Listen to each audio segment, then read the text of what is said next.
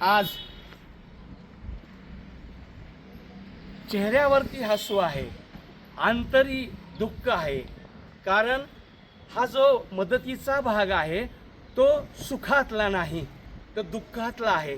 म्हणून एक हात मदतीचा समाज विकास संस्था, महाराष्ट्र लोकविकास मंच आणि उत्तरदायित्व NGO फाउंडेशन, महाराष्ट्रामध्ये स्वयंसेवी कार्य करणारे हजारो कार्यकर्ते आज आळंदीच्या या पवित्र भूमीमध्ये अडचणीत सापडलेल्या, पुरामध्ये घराची अन्नधान्य, कपडे लत्ते हे सगळं भिजलेलं आहे. आणि म्हणून मग ज्यांना पुरामध्ये त्रास झाला त्यांना एक वंजळ मदतीसाठी हा उपक्रम आपण या ठिकाणी घेतलेला आहे. तुम्ही माझ्यासाठी सन्मानित आहात, कारण हा काही भाग मदतीचा खूप आहे असं नाही.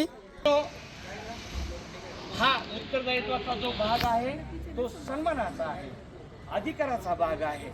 एवढंच मी बोलेन. तुम्ही डाकले सरांच्या विनंतीला मान देऊन आलात त्याबद्दल खऱ्या अर्थाने मी तुमचे आभार मानतो.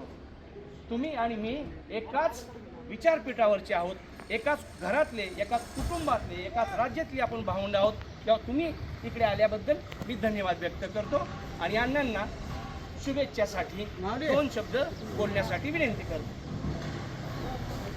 आज या ठिकाणी आळंदीच्या पवित्र भूमीमध्ये मागच्या 15 दिवसापूर्वी, 8-10 दिवसापूर्वी जो पूर आला होता, त्या पुरामध्ये जी कुटुंब आपदग्रस्त झाली, पूरग्रस्त झाली, ज्यांचं कौटुंबिक घरातलं साहित्य हे पुरामुळे नुकसानीत आलं, जगण्यासाठी लागणाऱ्या आवश्यक गोष्टी या पुरामुळे, पाण्यामुळे खराब झाल्या, अशांना तातडीनं मदत देण्याच्यासाठी समाज विकास संस्था, महाराष्ट्र लोकविकास मंच, उत्तरदायित्व NGO फाउंडेशन यांनी ही तातडीनं कारवाई केली. आणि आज आपल्या आळंदीमध्ये 16 जुलै 2026 रोजी या ठिकाणी अत्यंत तातडीनं लागणाऱ्या वस्तूंचं या सर्व आपदग्रस्त कुटुंबियांना वाटप होत आहे. हे वाटप घडवून आणलेलं आहे समाज विकास संस्थेनी, महाराष्ट्र लोकविकास मंचनी आणि सर्व टीमनी.